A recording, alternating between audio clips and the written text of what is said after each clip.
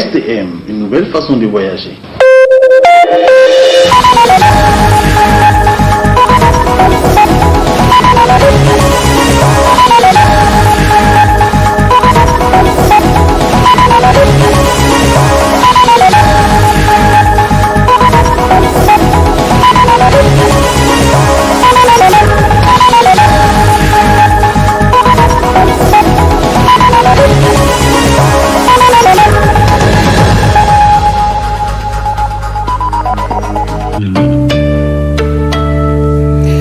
Messieurs, dames, bonsoir et bienvenue à cette édition du soir sur le miroir de la femme. Le comité interministériel de la gestion de la riposte à la pandémie de coronavirus a animé cet après-midi une conférence de presse. Nous y reviendrons plus en détail au cours de nos prochaines éditions. Restons toujours avec cette pandémie à coronavirus pour parler de l'économie à l'échelle mondiale qui est menacée et aura forcément des impacts néfastes sur les recettes et l'économie avec cette pandémie. Donc, quel serait le sort de l'économie sur le plan national après Covid-19? Élément de réponse avec Afambidi Kossi. La ligne dont prennent les choses avec l'avènement du coronavirus qui continue d'affecter tous les secteurs socio-économiques des États si l'on lance un regard sur le niveau de vie et le degré de pauvreté des populations des pays du tiers-monde. L'on s'interroge sur le sort de l'économie à l'échelle nationale après Covid-19. À l'instant du Niger, tous les pays du monde vont connaître cette situation à des degrés différents. Et si on devrait parler du cas du Niger uniquement, vous voyez, la pandémie a entraîné un certain nombre de décisions édictées par le pouvoir public. Ces décisions sont en fait des restrictions dans le domaine d'aller et venir de la population, donc des citoyens, n'est-ce pas? Et des restrictions dans des secteurs tels que les secteurs de transport. Les transports aériens, les transports terrestres, n'est-ce pas? Alors, toutes ces restrictions auront comme effet d'arrêter les va-et-vient des hommes. Or, l'activité économique étant une activité menée par l'être humain, une activité humaine. Donc, dès que les hommes n'arrivent pas à échanger, n'arrivent pas à aller là où ils veulent pour amener des produits, prendre d'autres, donc l'échange est assuré, dès que ce mécanisme est perturbé, automatiquement, il doit y avoir une influence sur, n'est-ce pas, la disponibilité d'abord des produits. Les produits ne seront pas disponibles. Si les produits ne sont pas disponibles, ça veut dire qu'on doit s'attendre à une inflation, c'est-à-dire une augmentation des prix sur les marchés parce que les produits vont disparaître à un moment. Donc, la spéculation va venir, vous voyez, et le renforcement ou le développement de l'économie informelle. Surtout dans ce contexte tout particulier de crise, il va de soi d'envisager et de prévoir des stratégies de veille et de riposte contre toute récession de l'économie et d'accompagnement progressif des opérateurs économiques. Ça nous permettra de revoir la structure de notre économie. Si nous allons nous baser toujours sur l'extérieur, n'est-ce pas, pour faire marcher notre économie, donc ça c'est un exemple qui montre que si l'extérieur fait un rhume, donc nous allons attraper une grippe. Je veux dire, il faut que nous prenions conscience du fait que nous avons des valeurs, nous avons des produits valeureux ici, que nous pouvons transformer, même si ce n'est pas de façon industrielle, mais de façon semi-industrielle, pour que ça nous suffise. Donc, il y a beaucoup d'opportunités. Ça, ce n'est qu'un exemple que je vous donne. Quand vous partez au niveau des salons qu'on fait, les salons et le Sahel là, quand vous partez au niveau des foires, vous voyez bien l'ingéniosité de nos femmes transformatrices, de nos hommes transformateurs.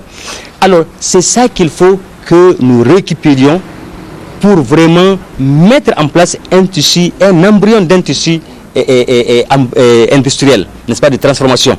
Mais avant tout, il faut savoir que la santé est au-dessus de tout et que nous devons respecter ensemble les mesures de barrière pour un Niger prospère après Covid-19.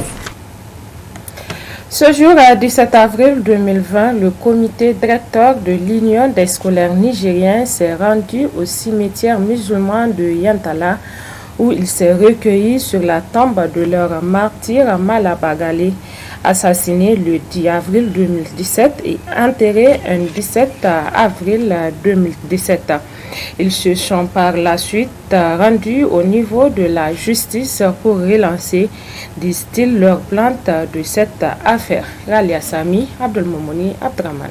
Malgré cette pandémie de coronavirus qui sévit au Niger, le comité directeur de l'Union des scolaires nigériens n'a pas manqué cette année encore et à l'occasion du 3e anniversaire du décès de leur camarade Malabagale d'effectuer une prière de recueillement sur la tombe de ce dernier avant de revenir par la suite au niveau de la justice pour, disent-ils, relancer le dossier de cette affaire qui dure déjà 3 années. 17 avril pour la mémoire des scolaires nigériens est un jour mémorable, un jour d'une portée historique pour notre organisation et pour l'ensemble même du pays, parce qu'il vous souviendra que un 17 avril 2017, un de nôtres a été effectivement ce jour-ci enterré au cimetière musulman de Yantala.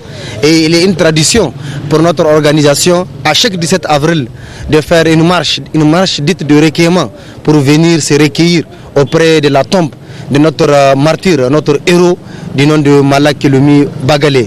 Cette année, malgré cette histoire de pandémie de coronavirus, l'USN n'a pas dérogé à sa tradition, celle qui consiste à partir au niveau d'abord de la tombe de notre cher martyr pour se recueillir, faire des prières pour le repos de son âme.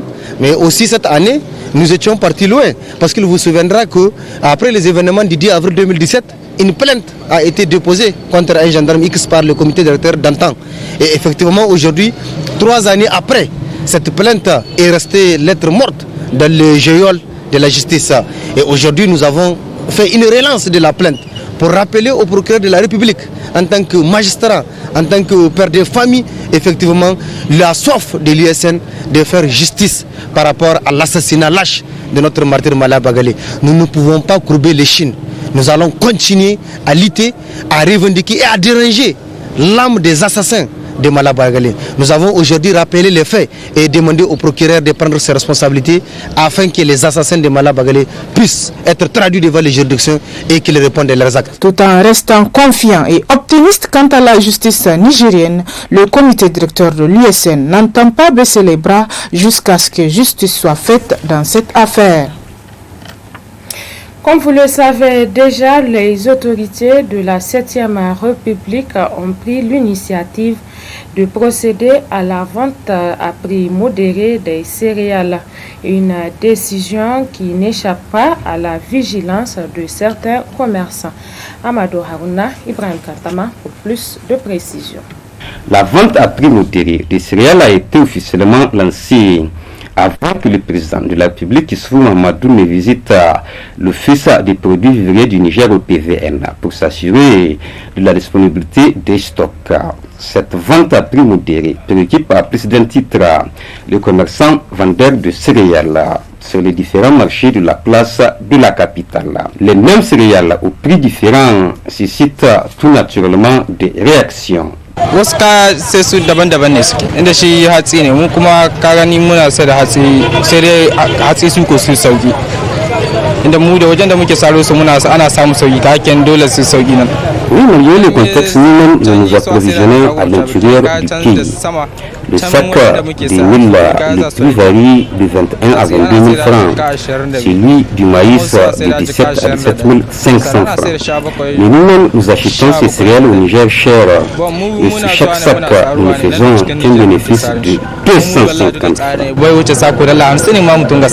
Cette vente à prix modéré des céréales initiée par le président Issoufou et de toutes les façons une aubaine pour les couches, surtout les plus vulnérables de la société. L'avènement de la pandémie du coronavirus paralyse visiblement tous les secteurs d'activité et c'est le métier de menuiserie qui aujourd'hui est en souffrance. Constat Amadou Aouna.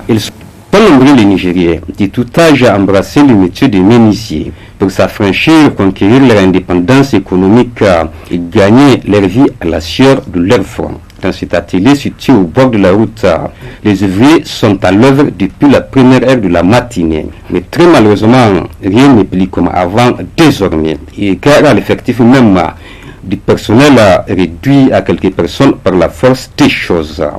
La pandémie du coronavirus a influencé ce secteur d'activité. La clientèle s'est fait de plus en plus rare. Pour un atelier jadis actif, même la nuit, eu égard au nombre de commandes enregistrées. Mais comme le dit l'adage, à l'impossible ne l'était ni. Le temps d'en finir avec cette pandémie, ils vont devoir prendre leur mal en patience. Face donc à la gravité de la situation et conformément au dispositif sanitaire de prévention contre le Covid et qui a conduit à la suspension des cours d'enseignement et la fermeture temporaire des établissements scolaires, d'où la nécessité urgente des autorités de mettre en place des méthodes d'enseignement en ligne. Suivez à ce propos l'intervention de M. Alibawa. Il est le secrétaire général de SIDE. Cette proposition-là, qui nous surprend en réalité, elle nous surprend parce que, il faut le rappeler que quand même, nous sommes dans un pays où l'écrasante majorité vit en deçà en réalité donc, du seuil de la pauvreté, dans un pays où l'accès donc à l'énergie électrique, l'accès aux services Internet en réalité est réservé à une minorité, dans un pays où la baisse des niveaux est une réalité. Et c'est dans ce contexte-là que les autorités entendent expérimenter des cours en ligne via WhatsApp. Ce qui sous-entend que, avec une telle mesure, une bonne partie donc, des élèves seront écartés du processus parce que n'ayant pas le moyen en réalité d'avoir le dispositif nécessaire pour suivre ces cours-là. Parce que qui dit cours sur WhatsApp sous-entend disposer d'abord donc d'un portable Android, avoir accès à l'internet, ce qui n'est pas l'apanage quand même du plus grand nombre des élèves. Ensuite, c'est oublier aussi que à travers WhatsApp, comment évaluer les apprentissages? Parce que cette proposition-là, on voit les sujets via WhatsApp, quelle garantie l'enseignant a en réalité que ces sujets-là seront traités par les élèves eux-mêmes, sans recourir en réalité à des documents, sans recourir à l'aide donc des tierces personnes. Ensuite, n'oubliez pas que le portable en réalité est perçu par les adolescents comme un outil de divertissement et non un outil d'apprentissage. Et avec ça, le ludique risque de l'emporter sur l'éducatif.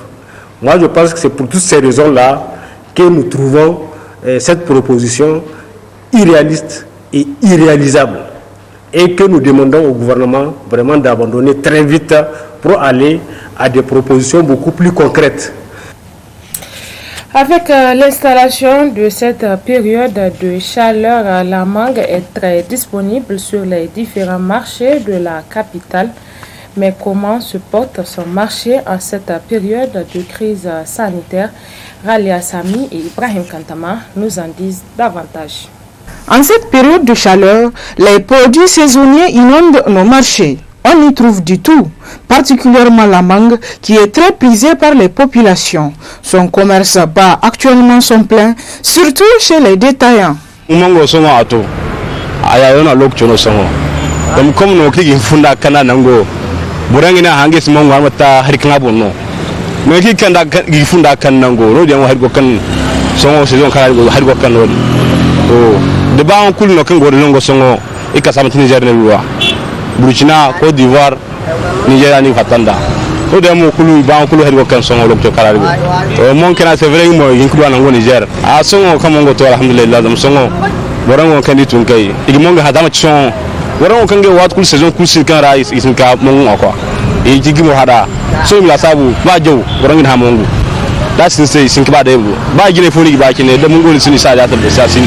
Pendant ce temps, les grossistes, eux, se plaignent de la mévente causée, selon eux, par la mesure de couvre-feu à respecter. Wallahi komina ta ya daidai amma matsalar mu gudata kuroron tana takura muna saboda dare na ki sai da mangoro jin da karfe 7 ta zuwa 8 ku kwashe kaga dare bai yi ba a saida ba kuma ka dawo gobe baka saida ba sai shi rube ka tusuwa kyar ce nan ba a karu ba ko muke gani diyata to kiran da muke so muna so a sassauta muna akan ko baki a ce bakin ko an gani bakin 11 ai mai hukunci mun ji dadi to an ce mayan motoci su suna shigowa da kayan da durobobin in suka kana sai mu shide kasan waya tana aiki wani karto na kasa karto kaza ne sai to na gani ga to an shide mu magana kaza ne sai kaza to na sallama muku Allah ya ci su haka muke yi ba sai mun tsuma ba sai sun taho ba a da mai moto sun kan shide to alowa ne ga sanan ta taso. Ainsi donc, à l'instar de tous les autres métiers, la vente de la mangue est aussi au ralenti à cause du coronavirus qui visiblement n'épargne aucun secteur d'activité. Et c'est la fin de cette édition d'information sur le miroir de la femme. Merci à vous de l'avoir suivi. Passez d'excellents moments en compagnie de nos programmes. Bonsoir. Ce journal vous a été offert par STM Ténéré Transport Voyageurs.